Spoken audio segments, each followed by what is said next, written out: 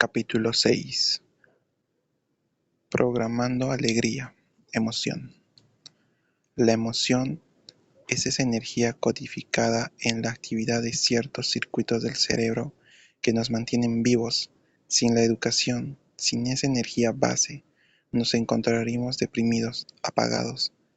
Alguien con una emoción apagada no podría ver y darse cuenta ni siquiera de un elefante que pase junto a él, y esa emoción puede apagarse por muchas y variadas circunstancias, en el niño o el adolescente, o en cualquiera que viva en sociedad. Cuando tal apagón ocurre en el niño, sus consecuencias para la vida en el colegio para aprender y memorizar son obviamente muy negativas. La emoción, el origen de su propia palabra, indica movimiento, interacción con el mundo, y es esta una conducta que incluye todos los cambios que producen en el cuerpo, parados por un amplio rango de estímulos que vienen de todo cuando rodea al individuo, o que también pueden producirse desde la evocación de la memoria de tales estímulos y que indican recompensas, placer o castigo, dolor. Emoción es también el medio de comunicación más poderoso que existe y con el que se ha mantenido vivas millones de especies animales, en particular los mamíferos y más en particular los seres humanos. El cerebro límbico emocional y el tronco del encéfalo, y en ellas principalmente la corteza prefrontal orbitaria, amígdala, hipocampo, hipotálamo y la sustancia reticular activadora ascendente son las dos grandes áreas cerebrales que albergan principalmente los circuitos neuronales que codifican para la emoción. Son circuitos que, mientras estamos despiertos, se encuentran siempre activos, en alerta y nos ayudan a distinguir estímulos importantes para nuestra supervivencia. Las emociones encienden y mantienen la curiosidad y la atención y con ello el interés por el descubrimiento de todo lo que es nuevo, desde un alimento o un enemigo a cualquier aprendizaje en el aula. Las emociones, en definitiva, son la base más importante sobre la que se sustentan todos los procesos de aprendizaje y memoria. De hecho, y hoy en neurociencia se conoce bien, las emociones sirven, entre otras muchas funciones y de forma destacada, para almacenar y evocar memorias de una manera más efectiva. Y es que a nadie se le escapa que todo acontecimiento nuevo asociado a un episodio emocional, bien sea de placer o de dolor, permite un mayor y mejor almacenamiento y evocación de lo sucedido. También la información emocional es básica para la elaboración de cualquier función mental y el buen funcionamiento de las relaciones sociales. Es más, las ideas, que son los átomos del pensamiento que se elaboran en los circuitos neuronales, en las áreas de asociación de la corteza cerebral, ya lo hacen impregnadas de significado, bien sea placentero o doloroso, o de la amplia paleta de colores emocionales que constituyen el mundo humano. Por lo tanto, la emoción es también un ingrediente básico del proceso cognitivo, del razonamiento. Hoy comenzamos a saber que el binomio emocional-cognición, procesos mentales, es un binomio indisoluble, y ello se debe al diseño del cerebro y a cómo funciona. Los abstractos, los conceptos que crea el cerebro, no son asépticos de emoción, sino impregnados de ella. Esto ya no debe alertar acerca de la importancia de la emoción, tanto el que aprende como para el que enseña. El que instruye debe ser consciente de este mecanismo esencial, emoción como vehículo de sus palabras, si quiere que éstas alcancen al que aprende en un modo sólido y convincente. A este paso hay que saberlo bien, máxime hoy que en nuestra cultura, en los colegios, incluso a los niños pequeños, se les enseña conceptos cognitivamente complejos de modo aséptico, desconexionando tantas veces el significado emocional. Y esto es un error, pues nada se puede llegar a conocer más que aquello que se ama, aquello que nos dice algo. Por eso son importantes las palabras y cómo se utilizan. Las palabras son el vehículo del conocimiento, y este En la enseñanza debe ir siempre acompañado por la emoción. La palabra aún hoy en día, de tanta accesibilidad a medios técnicos, sigue siendo el centro de toda enseñanza. El que enseña utiliza la palabra lo mejor que puede. Y a partir de la palabra, de cómo se utiliza y cómo se entona, se puede crear ese atractivo capaz de activar la atención del que escucha y aprende. Instrumento luminoso ya sea desde los tiempos de la Roma clásica, de la palabra, en la Roma de hace más de 2000 años, decía Marcelino Menéndez Pelayo, el arte de utilizar la palabra en público con corrección y belleza, sirviéndose de ella para simultáneamente agradar y persuadir, tuvo en Roma un uso temprano y prolongado. En Roma, la oratoria impregnaba gran parte de la vida pública y su valor era reconocido en los tribunales, discursos judiciales, en el foro, discursos políticos y en algunas manifestaciones religiosas, elogios fúnebres. Y termina don Marcelino. El arte de hablar bien se convierte también en un instrumento educativo de primera magnitud. Pero no solo la emoción es relevante para la palabra, y en esta no solo la palabra hablada o inscrita en la lectura, sino también para las matemáticas. Nada de ello cobra vida y se articula con el razonamiento sin el pegamiento emocional. Y justo a esto, es la toma de decisiones.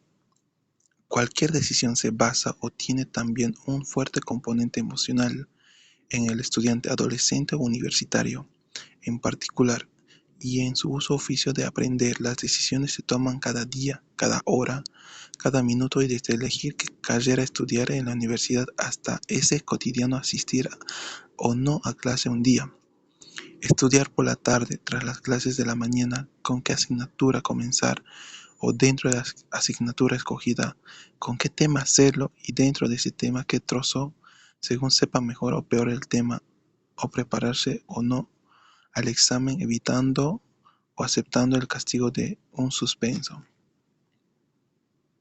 Y así un largo etcétera donde miles de pequeñas decisiones se basan en las emociones, es decir, en lo que más nos gusta versus lo que menos, en el placer versus displacer.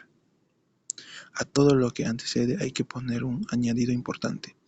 Refiere a este componente de las emociones genuinamente humano, que son los sentimientos, esto es, a la reacción subjetiva de las emociones.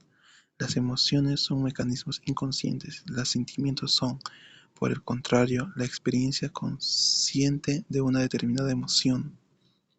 Y hasta donde alcanzamos a saber, solo el ser humano experimenta sentimientos. Los sentimientos son el proceso que nos lleva a conocer las emociones, a través del miedo, placer o frustración y encontrar esos sentimientos de bienestar ante muchas y diferentes situaciones personales, el trabajo bien hecho o las hechas por otros, el aplauso de un maestro o un buen estudiante, y a otros muchos sentimientos como aquello que con el aplauso se esfuerzan el esfuerzo del estudiante por conocer y mostrar esos nuevos conocimientos a los demás.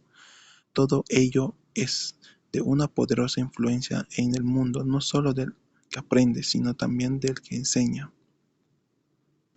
Hoy se habla mucho de un apagón emocional que ocurre en muchos niños en algún momento de su periodo escolar y que se ha relacionado con el hecho de vivir en una sociedad estresada, cuyas consecuencias alcanzan la intimidad de la familia y las relaciones familiares. El estrés genera un estado de acciones y reacciones personales de tensión constante. Cuando estos procesos se ponen en marcha de un modo lento, constante e insidioso, al niño le oprime una sensación de agobio mental inconsciente, repetitivo a lo largo de los días, los meses y quizá los años. Lo cierto es que una vez entronizado ese estilo de vida, se instrumenta una respuesta organizada, patológica, permanente y esto producido por una miriada de factores. Se vive en muchas familias y se repercute en el niño, al que puede afectar en estructuras de su cerebro como el hipocampo y por lo tanto, como señalábamos en capítulos anteriores, en su proceso de aprendizaje y memoria, pero además algo importante, cómo esto puede afectar a la emoción misma, si a partir de ello sobre los mecanismos codificados como la curiosidad y la atención. Por lo tanto, es como el apagón emocional cuando aparecen los problemas, muchos de ellos graves, en la conducta de niños y que se expresan mayormente en el colegio y la hora de aprender y memorizar. De ese entorno familiar puede nacer un niño con estrés no expresado en ninguna normativa cognitiva especial o hiperactividad o síntomas depresivos clásicos, sino simplemente con una cierta empatía manifiesta con una atención baja, difuminada y dispersa, y nunca demandando pronunciada que repercute en su rendimiento mental en el colegio. El estrés es ciertamente una actividad cerebral y conductual, fisiológica y consustancial a nuestros estilos de vida durante millones de años, pero los estilos de vida han cambiado en el nombre moderno y ello ha dado lugar a la patología del estrés, y con ella referido de nuevo a los niños, expresado en la posible falta de un sueño profundo suficiente y separador, mecanismo cerebral esencial para producir y encalzar la consolidación de todo lo aprendido de modo relevante durante el día, capítulo 13, y a síntomas como la irritación y la desatención que hemos mencionado. Cuando este proceso se pone en marcha, altera la conducta del niño de un modo poco aparente. Hoy se conoce un tratamiento efectivo y poco costoso que mejora los síntomas producidos por el tipo de estrés. Me refiero a la práctica del ejercicio físico aeróbico. Los efectos del ejercicio físico aeróbico funcionan a cualquier edad, desde el niño y el adolescente, el adulto y el anciano. Este tipo de ejercicio, practicado con regularidad, rebaja las respuestas estresantes, interejercicio y modula y cambia la configuración del cerebro en aquellas áreas que tienen que ver con el aprendizaje y la memoria. De esto se han dado cuenta las especialidades, y frente a la idea surgía hace unos años, en particular en Estados Unidos, de que había una rebaja al número de horas semanales dedicadas a la gimnasia, los deportes, dedicarlas en su lugar al duro aprendizaje abstracto. Ahora, de nuevo, a la luz de los beneficios sobre el cerebro produce el ejercicio físico aeróbico, se regresó a la idea de potenciarlo y de dedicarle tiempo suficiente en los colegios. Estudiantes recientes lo han venido viendo con relevancia uno de otros. En particular, resulta muy interesante.